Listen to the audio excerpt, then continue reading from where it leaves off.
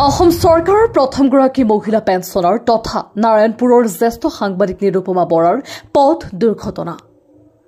প্ৰাঞ্জিত নামৰ যাত্ৰীবাহী বাছখনে ধলপুৰৰ 15 নং ৰাষ্ট্ৰীয় ঘাইপথত ৰখাই থোৱা এখন ট্ৰাকত খুন্দা মৰাৰ ফলত বাছখনত থকা বহু যাত্ৰী আঘাতপ্ৰাপ্ত হয়। যাত্ৰীবাহী বাছখনৰ নম্বৰ AS 07SC9997 লক্ষীপুৰৰ পৰা গুৱাহাটী অভিমুখে গৈছিল বাছখন। নিৰুপমা বৰাই নলিনীবালা দেৱী বঁটাৰ বাবে আমন্ত্ৰণ লাভ কৰি গুৱাহাটীলৈ গৈ থকা অৱস্থাত দুৰ্ঘটনাত পতিত হয়। ইতিমধ্যে বহুকেইজন লোকক ধলপুৰ চিকিৎসালয়ৰ পৰা উন্নত চিকিৎসাৰ বাবে প্ৰেৰণ কৰা হৈছে।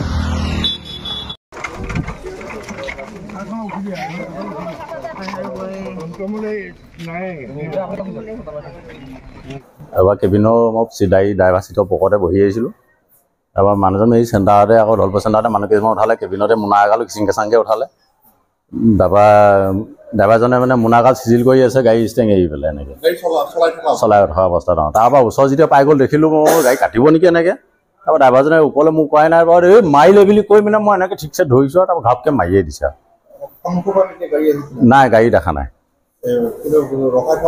ৰখাই থোৱা ট্ৰাকখনৰ ইটা আছে ওপৰত দেখিছোঁ, সেইখনৰ ডাইৰেক্ট এনেকৈ মাৰিয়ে দিলে। গাড়ী এনেকৈ নিজে নিজে গৈ আছে আৰু মানে ড্ৰাইভাৰ চোৱাই নাই। মোৰ ল'ৰা শ্ৰী হোমেন বনিয়াৰ বিশ্বনাথ চাৰিআলি ইঞ্জিনিয়াৰ, সি আজি গাড়ীত গৈ আছিলে, গৈ পেলাই এই ধলপুৰ গহপুৰ ট্ৰেন্সফাৰ আছে, তাৰ যাওঁতে তাৰ জখম হৈছে, ব্ৰেইনত দুখ পাইছে আৰু ফাটিছে, তেজো ওলাইছে আৰু হাড়তো দুখ পাইছে।